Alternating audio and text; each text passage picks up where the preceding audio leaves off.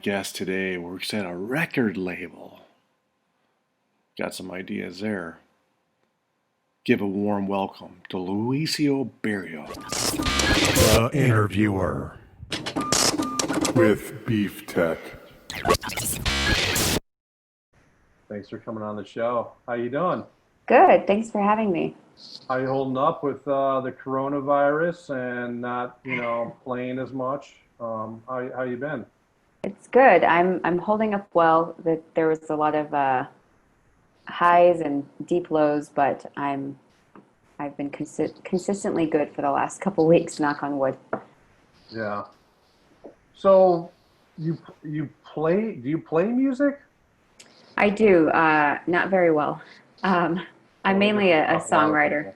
Yeah. Well, it shouldn't technically, because I don't think it always matters how good you are. It's your persistence and consistency, which I should take my own advice. So I play guitar, piano, and drums, but all not very well. Yeah.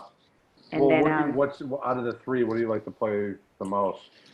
I started learning piano about a year ago, and I love it. I wish I started with piano. I played guitar since I was 16. I don't know the math on that, so but I'm probably as good with piano as I am with guitar, which is sad. And then drums, I think I like playing drums more when I'm jamming with people because I don't have to think as much. Yeah. Like, I play drums, so I know what you're talking about. yeah, I like when I tried to jam with some people on keyboard, and I feel like I'm trying too hard to think about, okay, what is like if I needed to transpose this, or what key is this in, or what note should I do, and then it's just too much pressure and I panic. But yeah, the drums, it's like if I can just get a couple four like pieces Well, down, I'm that's like okay. the bass players playing, and they have that certain rhythm. You could just do your kick drum, Oh and, yeah, and it's like it's all muscle memory. It's like meditating, kind of. I think yeah. playing drums. It really is. It's cool. And I remember I got really excited because I was learning counts to songs, and I was driving on my way home from a gathering, and I remember every song that came on the radio, instead of singing the lyrics, I was doing the counts. So I felt like that was indicative that I was starting to get drums down a little better. Well, that's what I noticed when I did started playing drums. I play a little bass too, and a little guitar, Cool. fat a guitar. I could just contemplate what I'm doing on things. But I remember, like, when I'm interested in drums, I would listen to music and try to pick out the parts. And like when you first started playing, oh my God, that's a tom right there. That's a cymbal, the ride cymbal, whatever it would be. Cool. And then when I was interested in bass, I'd be like trying to listen for the bass line. And it, at first, it kind of changed my perception of music. But then after a while, I forgot about it. How do you feel? I'm glad that you mentioned that because I want to get to a point where you were at where I can listen to it and say, okay, that's a tom, that's a hi-hat, but sometimes I still get mixed up between all the different symbols and I can't really identify them, especially if they're electronic drums. So I'm not quite there yet. I want to get to that point. And then I am so new to the bass. So when I was in a band, it was just me, a guitarist, and a drummer. And I think because of that, I didn't really develop an ear for the bass. And I feel like that's so important. And I'm starting to slowly be able to say, okay, I can hear the bass line, but I'm still developing that ear. Yeah, it takes time. So, but you're in the music business. Like, what do you do in the business side of things? So there's a couple things. One of them is I will work with some songwriters to help them with publishing administration, which is just registering their song and making sure it's registered correctly. And that's important so that they can get paid correctly. Um, and then the other thing I will do is if they have, like, I'll receive emails from networks or TV shows or ads, and they'll say, hey, we need a song that has these lyrics, that's at this tempo, and maybe feels happy and upbeat. And then I'll go through our catalog of songs, or I will look for a songwriter and reach out to them and say, hey, we don't have anything that matches this. Do you have something? And then they'll send me music, and then I can submit it. And it's So called you guys pitching. you're selling the music to who? Like, To TV shows or networks. So it could be like the show Lucifer on Netflix is having their next season come up and they're needing music, and so they'll specify what they might be looking for. Or there might be an ad that says, hey, Taco Bell wants new music for a new commercial they're releasing. Yeah. And they're called music supervisors. So music supervisors will put together a creative brief which lists details for different kinds of music they're looking for. Back when I was kind of in the business, they had A&R reps. Is that still a thing, or is that out? Yeah.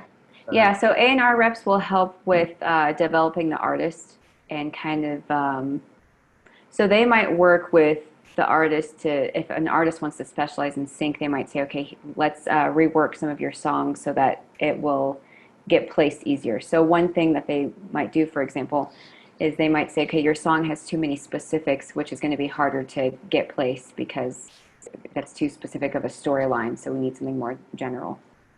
I see. Mm-hmm. It seems, it seems very tedious.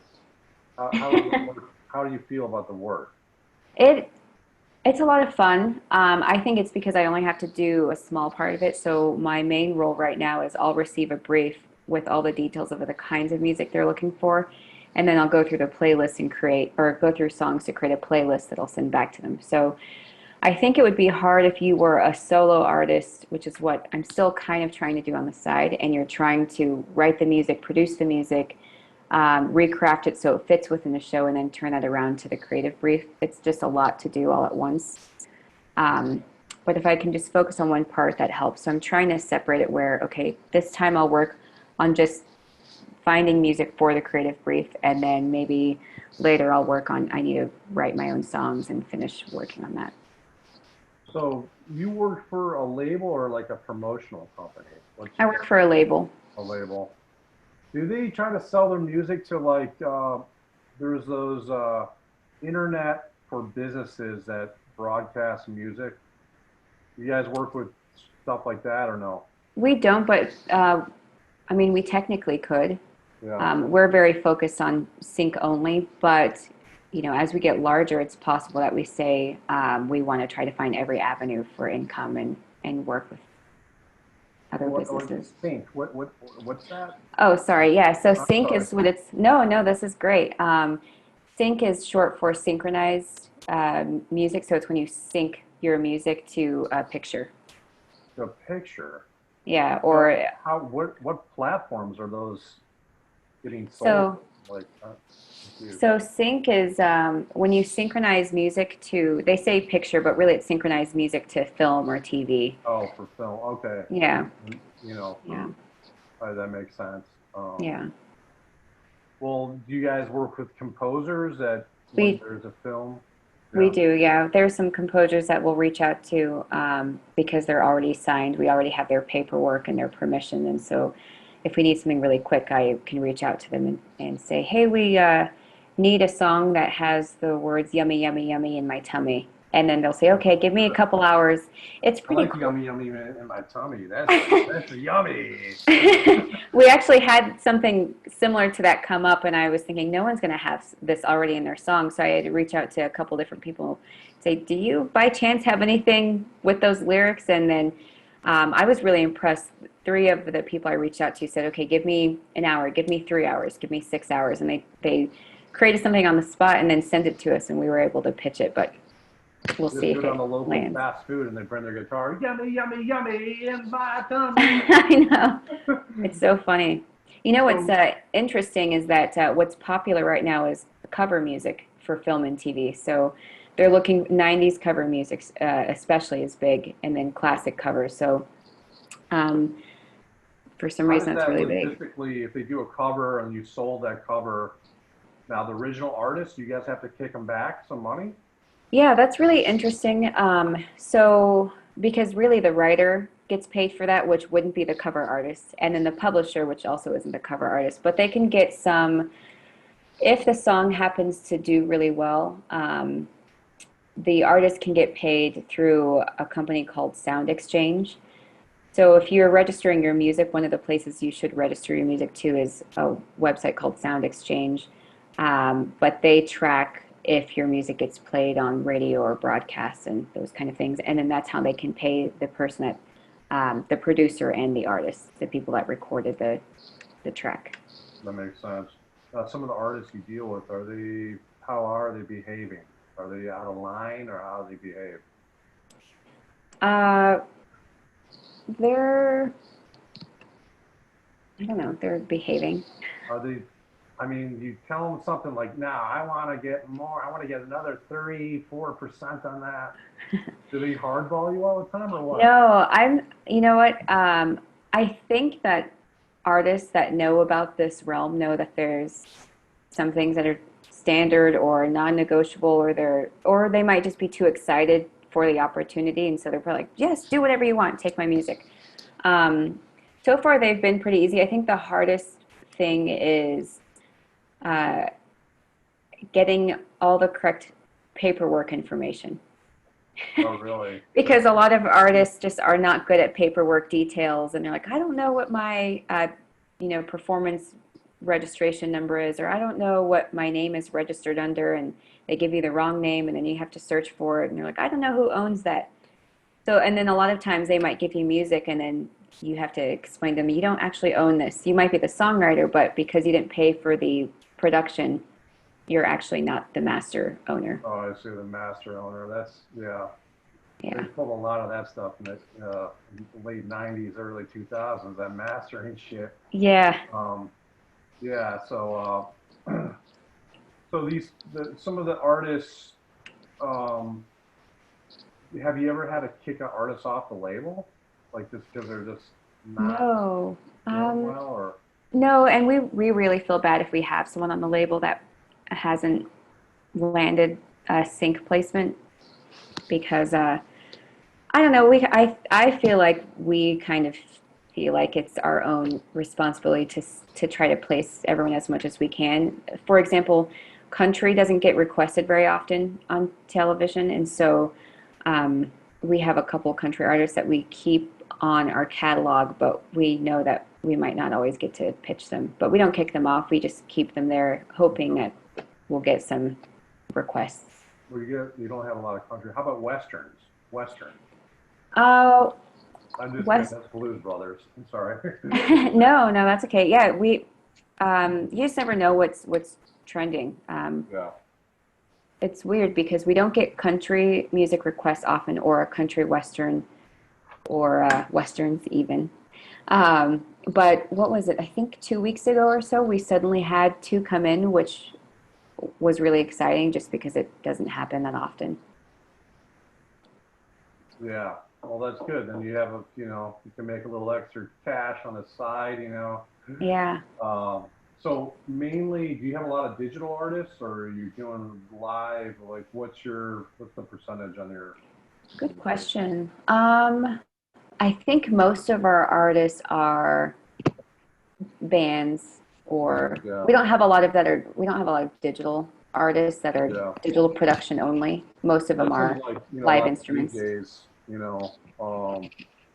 are doing, it's like kind of doing a lot of digital stuff Yeah, nowadays. it's good though.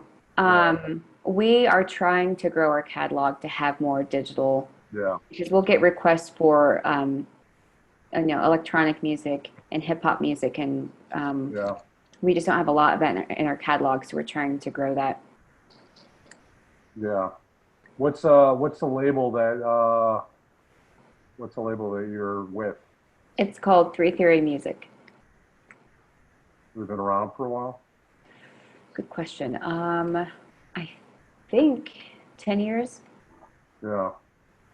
5 to 10 years. Well, I think, yeah. That's a good chunk of time there. Yeah. Now, what were you doing before you got into the music business? I was doing marketing for a computer company. Oh, God, sounds boring.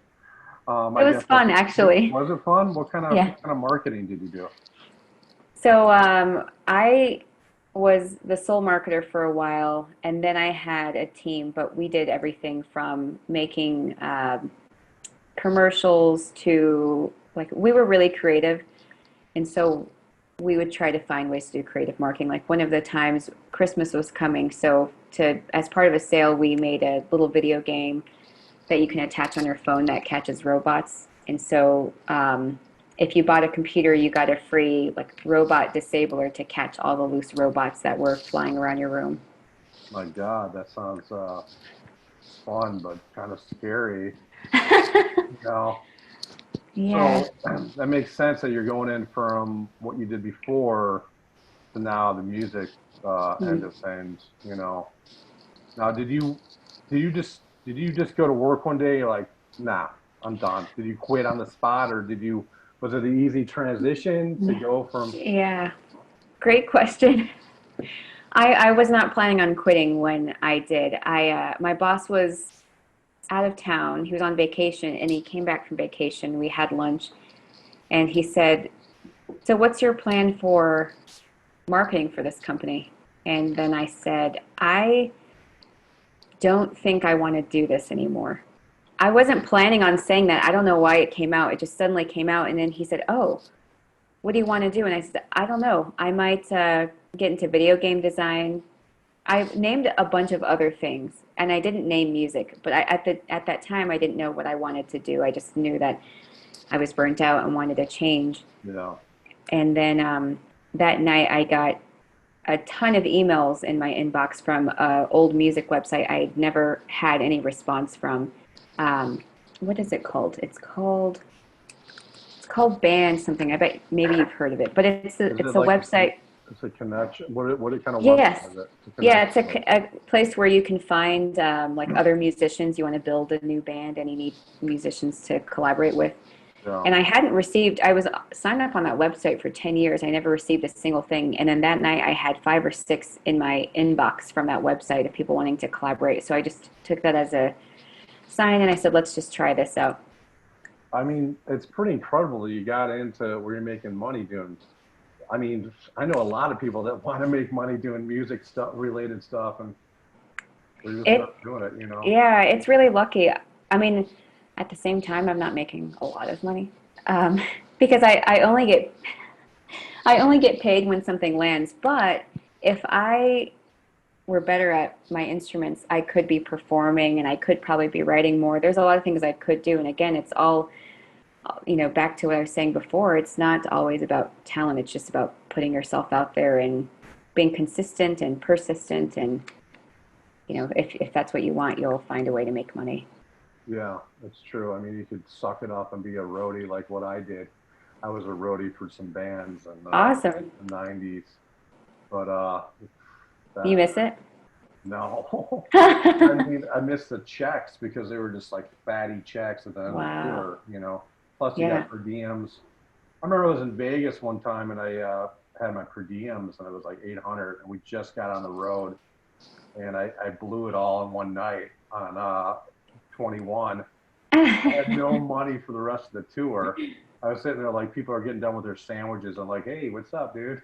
I had to like beg money the whole time, but I got the check at the end of the tour, that's what they would do, That's cool. I guess maybe nowadays, right now, what's going on with coronavirus? There's probably not a lot of touring going on, or am I wrong? No, no, yeah, there hasn't been from my understanding, and yeah, that's unfortunate. I think some people have been doing okay with, at least at the start, doing online performances and Yeah. putting out their Venmo information to get paid, but I haven't seen that lately.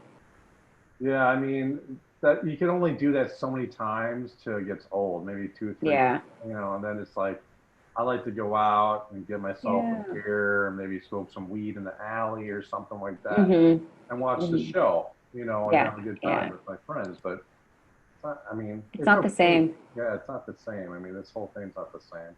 Yeah. Um, so, what's going on with you with your music? Anything coming up with you musically?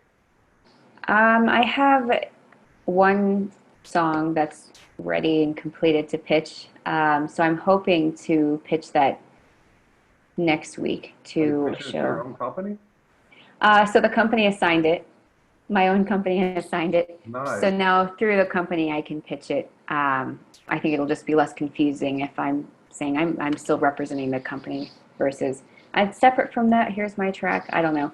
So I just figured if I pitch anything, I'll just have it. I'll go through the company to keep it less confusing. Yeah. So Um, people, so people that are listening, you're on the business end of things. Like, say if we got someone that wants to try to make it in music, what are we talking in? They have a song that's you know that the label likes and wants to promote it, or what are we talking in cash? And what would it the artist? depends. So it depends on who picks it up, how long they use the song for. So when I say who picks it up, what I mean by that is if it's going on cable TV, if it's a reality TV show, if it's going to be in a movie, if it's going to be an ad, If it's the going in a price. movie and it's like they're going to use it Let's for see. 30 seconds or 90 seconds or a minute or whatever. And Um, let's see. The numbers still vary. I have to look at my notes because I'm still learning I how don't need this all works. exact numbers, but I'm just, I for think you people can that, get anywhere from uh, 500 to maybe a couple thousand. that's pretty good. Yeah, Yeah, I guess, and that's just the upfront sync fee, which is the licensing that you approve them using your music. So they'll pay you for that, and then you also they'll submit your music to your performance royalty organization, which will give you royalties every time the movie gets played. that's good. That's not bad, actually, if Yeah. if it's only in there for a few seconds. Yeah, I and guess, I think it also depends. Sorry, so it okay, also depends on if they decide to use the vocals in there, if they use mainly the instrumental. So there's that variance as well. I see. I Yeah. see. Well, that sounds good. Anything else you want to talk about? Um, I don't know. Let's see. I have this. Oh, wait, you know what? We didn't finish up with your boss story here. What Oh, you said you went out or something, you were with your boss, and what happened? Was it a did you just quit on site? I never got. yeah, yeah. Actually, yeah. So we had that conversation. It was during a lunch meeting. And then we left lunch. I went back to my office and he considered that my 2 weeks. So I had 2 weeks left and we announced it to the company that I am leaving. And then we kept talking afterwards because I wasn't sure if I made the right decision. And so he just said, remember, you can always come back. And even now, sometimes I'll message him and I'm like, you said I can come back, right? If I really need to. He's like, yeah, anytime. Door's always open. So like we still have lunch now and check up on each other. But yeah, so that was my 2 weeks. And that next day, actually, of the end of my 2 weeks, the very next day, I flew out to Boston to uh, go to a music conference to meet with people who were doing music full time. I just wanted to pick their brain. So it just the very last day of work was my very last day of corporate stuff, and then the very next day was music full time. Wow, and then you went to this thing. It was a conference, or what was the deal with this? Yeah, it was the DIY musician conference in. Oh wait, actually, it was in Austin because I went to Boston for a different conference. But it's called the DIY Musician Conference, and that year was in Austin, and it's ran by CD Baby, and there's just all these different presentations about all kinds of things. So one is about digital music production and how to make different beats. Another talk could be about how to get more views on YouTube if you're a musician. Another talk was about how to register your songs to get payments. Another talk would be about co-writing and collaboration, and another one would be about pitching. So there's all kinds of different things for independent artists and how they can, you know, improve their music. So when you went there, that's how you networked and got this job that you have now?